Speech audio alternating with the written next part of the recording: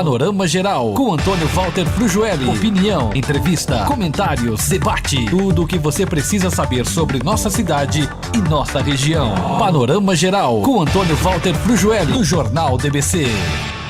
Bom dia, amigos do Jornal DBC. Vou abrir o nosso jornal de hoje com uma matéria de caráter nacional.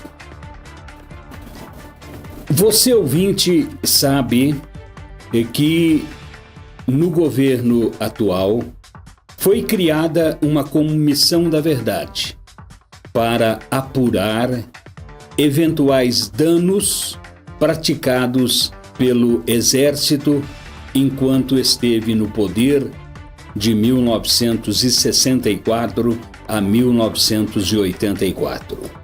Sistematicamente, a grande mídia tem acompanhado todo o trabalho da chamada Comissão da Verdade. Agora, chegou um ponto em que há uma manifestação do Exército e das Forças Armadas sobre esta questão. Vou tratar desse assunto porque neste final de semana foi publicado um manifesto de generais de alta patente da reserva e ataca a Comissão da Verdade. É um assunto muito importante porque cuida da democracia brasileira. Nós temos o direito de se manifestar, isto está na Constituição Federal. E quem fala em nome das Forças Armadas e principalmente do Exército são generais aposentados que estão na reserva. Isto porque o marechal, o general, as pessoas que fazem parte das Forças Armadas, quando na ativa, não podem se manifestar contra o governo. Esta é uma questão hierárquica. Mas esta matéria chama a atenção pelo seu conteúdo e, acima de tudo, por aquilo que você vai acompanhar agora. A nossa fonte é o Estadão. Ele publicou no seu site e nós estamos, então, agora transmitindo para você. A matéria está na internet pelo Estadão e, consequentemente, matéria publicada como notícia, é permitido amplamente a divulgação, porque o manifesto não é do Estado de São Paulo, não é do jornal Estado. O manifesto vem assinado por generais. Vamos então à matéria. Documento assinado por 27 membros que atingiram o mais alto posto da hierarquia militar afirma que o Exército não pedirá desculpas à Comissão da Verdade. A notícia vem de Brasília. 27 generais de Exército da Reserva assinaram um manifesto com críticas ao ministro da Defesa, Celso Amorim. Ele é um cidadão civil.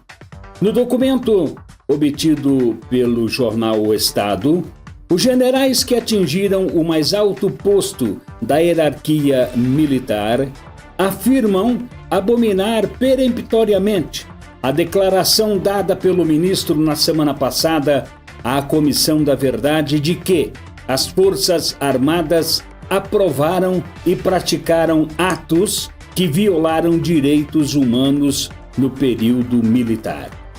Depois de ressaltar, sempre que pode, a comissão assula as Forças Armadas, provocando-as e exigindo que elas peçam desculpas. O grupo do qual fazem parte 3 ex-ministros do Exército declaram que, se houver pedido de desculpas, será por parte do ministro, ou seja, por parte de Celso Amorim. E avisam: do Exército de Caxias não virão desculpas. Nós sempre externaremos a nossa convicção de que salvamos o Brasil. Os generais integrantes do alto comando e antigos comandantes das importantes unidades do Brasil justificam a necessidade do manifesto, lembrando que militares da ativa não podem fazer declarações políticas, mas que os da reserva podem falar. Têm justos motivos para replicarem com denodada firmeza, para que não pareça estar em vigor o famoso ditado: quem cala, consente. O manifesto reforça e endossa a declaração já dada no início da semana pelo ex-comandante militar da Amazônia, também general 4 estrelas da reserva, Augusto Heleno, que reiterou que, em nenhum momento, as Forças Armadas reconhecem a tortura ou pedirão desculpas e que, por este gesto, ele veio através do ministro civil, Celso Amorim. No manifesto assinado pelos ex-ministros Leônidas Pires Gonçalves, do Exército no governo Sarney, Zenildo Zoroastro de Lucena, ministro do Exército no governo Itamar e Fernando Henrique, Rubens Baiama Denis, da Casa Militar no governo Sarney, 4 ministros do Superior Tribunal Militar e outros 24 estrelas da reserva, os militares ressaltam que existe uma lei da anistia em vigor e que a Comissão da Verdade insiste em desconsiderá-la.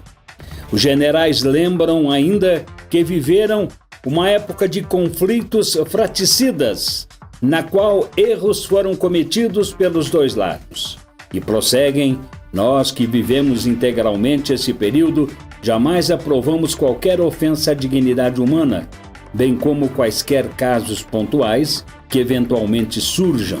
Citam também que os embates não foram iniciados por eles, pois não os desejávamos, e que não se pode esquecer do atentado do aeroporto de Guararapes. Eles se referem à explosão de uma mala que matou 16 pessoas no local onde o avião do ex-presidente Costa e Silva iria pousar, e não fez por uma pane do aparelho. Os generais criticam a Comissão da Verdade, afirmando que a credibilidade dela vai gradativamente se esgotando pelos inúmeros casos que não consegue solucionar, tornando-se não somente um verdadeiro órgão depreciativo das Forças Armadas e, em particular, do Exército, como um portal aberto para milhares de indenizações e bolsas ditadura que continuarão a ser pagas pelo erário público, ou seja, pelo povo brasileiro. Afirmam ainda que falsidades, meias-verdades, ações coercitivas e pressões de toda ordem são observadas a miúdo. E agora, de modo surpreendente, as Forças Armadas acusam as Forças Armadas de não colaborarem nas investigações que, em sua maioria, surgem de testemunhas inidôneas e de alguns grupos cuja ideologia é declaradamente contrária aos princípios que norteiam as nossas instituições militares. Ainda no manifesto, os generais lembram que o lado dos defensores do Estado brasileiro foi totalmente apagado, sugerindo que ali só existem criminosos e torturadores. Mas destacam, por outro lado, a comissão criou uma grei constituída de guerrilheiros, assaltantes, sequestradores e assassinos, como se fossem heróicos defensores de uma democracia que comprovadamente não constava dos ideais da luta armada e que até o presente eles mesmos não conseguiram bem definir. E ironizam: seria uma democracia cubana, albanesa ou maoísta? Ou talvez mais moderna, como as bolivarianas? A matéria é realmente muito profunda, porque alcança aí uma manifestação do Exército, das Forças Armadas, contra a Comissão da Verdade, e vem a público num momento difícil em que nós vamos ter as eleições agora, no próximo dia 5 de outubro, e, consequentemente, um manifesto que agora eu vou ler na íntegra aquilo que os generais signatários falaram. íntegra do Manifesto à Nação Brasileira, assinado pelos militares. Aspas.